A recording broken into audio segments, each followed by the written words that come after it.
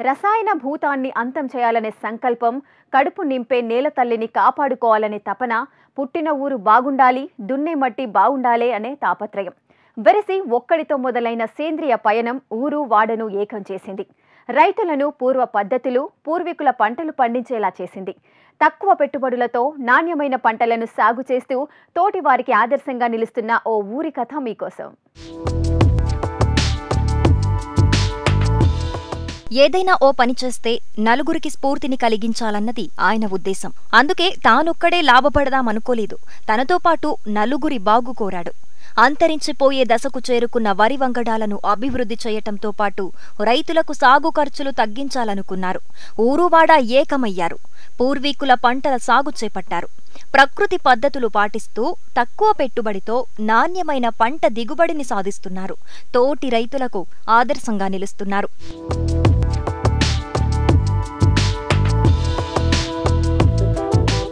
రైతులే కాదు, గ్రామ సర్పంచ్, ఎంపీపీ, ఎంపీటీసీలతో పాటు ప్రభుత్వ అధికారులు తిరుపతి సూచించిన సాగు విధానాలను అనుసరిస్తున్నారు. ఓ ఉద్యమంగా సేంద్రియ సేద్యాన్ని ముందుకు తీసుకెళ్తున్నారు. పండించిన దేశీ వరిని తామే స్వయంగా మార్కెట్ చేసుకుంటున్నారు. వివిధ కార్యక్రమాలు, సదస్సులు, విందులు, వినోదాల్లో తాము పండిస్తున్న బియ్యం రుచిని ప్రజలకు పరిచయం చేసి ప్రచారం చేసుకుంటున్నారు. అనేక రకాల దేశీ వరి విత్తనాలని, కూరగాయ విత్తనాలని, పండ్ల విత్తనాలని సేకరించి మేము ఇక్కడ పండిస్తున్నాము. ఈ దేశీ వరి విత్తనాలు సుమారుగా ఒక 50 నుంచి 75 రకాలు మేము సేకరించి మా గ్రామంలో ఒక విత్తన నిధిని ఏర్పాటు చేసి అనేక మంది రైతులకు ఇది ఇస్తూ ఈ సేంద్రియ వ్యవసాయం పట్ల అవగాహన పెంచుతూ వస్తున్నాము. ఈ వ్యవసాయంలో భాగంగా ఒక సామాన్య రైతు కూడా ప్రకృతి వ్యవసాయం కానీ సేంద్రియ వ్యవసాయం కానీ ప్రారంభించడం ఎట్లాగా, ఎలా దీన్ని సస్యరక్షణ చేసుకోవాలి, విత్తనాన్ని ఎలా కాపాడుకోవాలి, దిగుబడులు ఎలా సాధించాలి, ఎలా మార్కెట్ చేసుకోవాలనే విషయాలపైన మనం అవగాహన పరుస్తూ పూర్తిగా మా గ్రామాన్ని ఒక సేంద్రియ గ్రామంగా మార్చాలి. తెలంగాణలో ఇప్పటివరకు కూడా ఎక్కువ జనాభా ఉన్నటువంటి సేంద్రియ గ్రామం లేకపోవడం వల్ల మన గ్రామాన్ని అలా తయారు చేద్దామనే ఉద్దేశంతో మా గ్రామ రైతులందరం కలిసి ఇక్కడ మేము వ్యవసాయం చేస్తున్నాం. కాలాబట్టి, కుజిపటాలి, చింతలూరి సన్నాల రకాలను పండిస్తున్నారు ఈ గ్రామ రైతులు. ఏ వయస్సు వారు తిన్నా అరుగుదల బాగుంటుందని రైతు చెబుతున్నారు. పంట పడిపోదు, తెగుళ్లు తక్కువగా వస్తాయి, దిగుబడి ఆశాజనకంగా లభిస్తుంది. ఎంత లేదన్నా ఎకరాకు 20 నుంచి 30 బస్తాల వరకు ధాన్యం మొదటి సంవత్సరంలోనే చేతికి అందుతోందని గ్రామ రైతులు చెబుతున్నారు. రసాయన ఎరువులు లేకుండా పెండ ఎరువుతోటి పంట పండించుకుంటూ పంట తీస్తున్నాం. 2 సంవత్సరాలు 3 సంవత్సరాలు అవుతుంది మేము ఈ వ్యవసాయం, ఈ పంట పండియబట్టి. ఇంతకుముందు వేరే రకం వేసినప్పుడు పట్లర్ షాపు తీసుకొచ్చి మొగిపురుగు కానీ లేకపోతే ఇంకేదన్నా దోమ కాటు వచ్చినప్పుడు పట్లర్ షాపు తీసుకుపోయి తీసుకొచ్చి మందు కొట్టేది.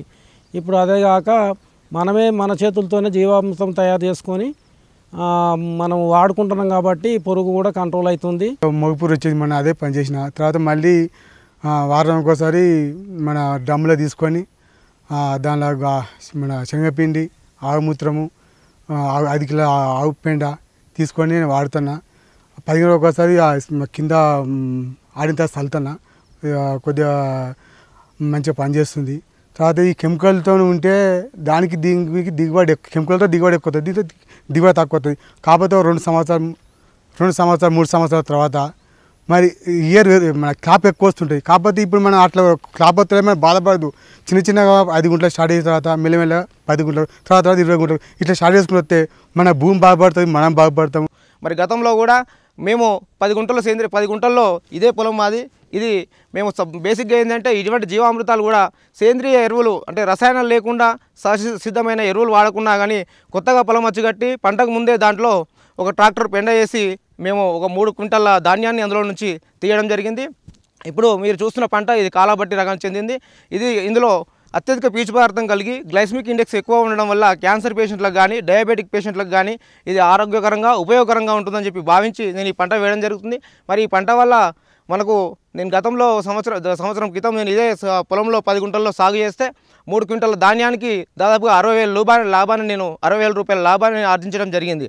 మరి ఈ పంటలు వేయడం వల్ల రానున్న రోజుల్లో మా యొక్క గ్రామంలో సేంద్రియ వ్యవసాయానికి ఒక అడ్డాగా మా గ్రామాన్ని మార్చుకుందాం ఉద్దేశంతో మేము ఈ స్టెప్ తీసుకున్నాం. పెట్టుబడులు భారం లేకుండా అటు సాగు చేస్తున్న నేల కూడా తన జీవం కోల్పోకుండా ఉంటుందని, మరీ ముఖ్యంగా ఆరోగ్య గ్రామంగా తీర్చిదిద్దుకోవాలనేదే లక్ష్యంగా దేశీ వరిలో సేంద్రియ సాగు చేస్తున్నామని తెలిపారు. కెమికల్ లేనటువంటి విత్తనాలు తీసుకొచ్చి రైతులను వాళ్ళకు అవగాహన కల్పించి అది తినడం వల్ల మనుషులకు ఎలాంటి క్యాన్సర్ కానీ షుగర్ కానీ జబ్బులు ఉన్నట్టయితే అవి నార్మల్కి వచ్చేస్తుంది అని చెప్పి అందరినీ ప్రోత్సహించి ఇక్కడ నాగపూరి గ్రామంలో ఇప్పుడు ప్రస్తుతం నేను కూడా ఈసారి ఒక 6-7 గుంటల వరకు ఈ నల్లవరి అనేది పెట్టిన. వరి మాత్రం బాగానే ఎంపుగా పెరుగుతుంది. ఇలాంటి వ్యవసాయాన్ని పెంచి అందరినీ కనీసం మరి ఇంటి కుటుంబం వరకైనా అందరికీ ప్రోత్సహించి 10 గుంటలు 5 గుంటలు ఇట్లా వేసుకోవడానికి అందరికీ మేము సహకరించి వేసుకోవాలని చెప్పి మేము వాళ్ళను ప్రోత్సహిస్తూ ఉన్నాం. ఇంతకుముందు రసాయన ఎరువుల గురించి పంట తీశాను. దానికి ఖర్చు ఎక్కువ ఉండేది. దీనికి ఇప్పుడు ఖర్చు ఏం లేదు. మాకు పశువులు ఉన్నాయి, వాటి పేడ తీసుకొని దీంట్లో వేసుకొని రసాయన ఎరువులు ఏం వాడట్లేదు. ఇదే ఎరువుతో పశువుల పేడతోనే పండిస్తున్నాము. గొర్రెలు మేకలతో వాటి ఎరువులు తెచ్చి వేసి పండిస్తున్నాము. క్రాప్ బాగానే వస్తుంది, బాగుంటుంది. ఇంకా వాటికన్నా ఇదే బెనిఫిట్గా ఉంది. మంచిగా వడ్లు కూడా బాగున్నాయి. తింటే షుగరు ఇలాంటివి కొంచెం తగ్గుతున్నాయి. ఇలాంటి రసాయనిక ఎరువులు వేయకుండా, కెమికల్స్ వాడకుండా మనం ఓన్లీ ఆవుల పేడతోని మన పశువుల ఎరువుతో మాత్రమే పండించి, ఎలాంటి మన రాసాయనిక పదార్థాలు మిక్స్ కాకుండా పండించిన దాంతో మనం మనకు అనుకూలంగా తక్కువ పెట్టుబడితోని పంట ఒకటేసారి రాకపోవచ్చు ఎక్కువ మొత్తంలో, కానీ మనకు ఆరోగ్యానికి హాని లేకుండా మంచిగా పండించుకొని తినడానికి అనుకూలంగా ఉన్న రకాలు మేము మా మిత్రుడు ఎన్నుకొని వాటిని ఎంచుకొని తీసుకురావడం జరిగింది నాగపూరి గ్రామానికి. వాటిని మేము పండిస్తున్నాము. వరిలో మనము మేలు రకమైన దేశవాళీ విత్తనాలని తీసుకొని వాటిని మేము ఇప్పుడు అందులో ఈ దేశవాళీ వరి విత్తనాలలో ఒక 100కు దగ్గరగా ఔషధ వినములు కలిగినవి, ఎరుపు రంగు, నలుపు రంగు, సుగంధభరితమైనవి ఇలాంటి విత్తనాలని మేము కొందరు ఈ దేశవాళీ విత్తనాలని సేకరించి వాటిని కాపాడుతున్న పెద్దల నుంచి ఈ విత్తనాలని మేము తీసుకొని వీటిని మేము మా గ్రామంలో మా గ్రామ రైతులకు అలాగే మా గ్రామం చుట్టుపక్కల ఉన్న మా ప్రజలకు తెలియాలనే ఉద్దేశంతో ఈ ప్రకృతి వ్యవసాయాన్ని చేస్తూ అలాగే ఈ దేశీయ విత్తనాలని మేము మా రైతులకు మేము పరిచయం చేస్తున్నాము.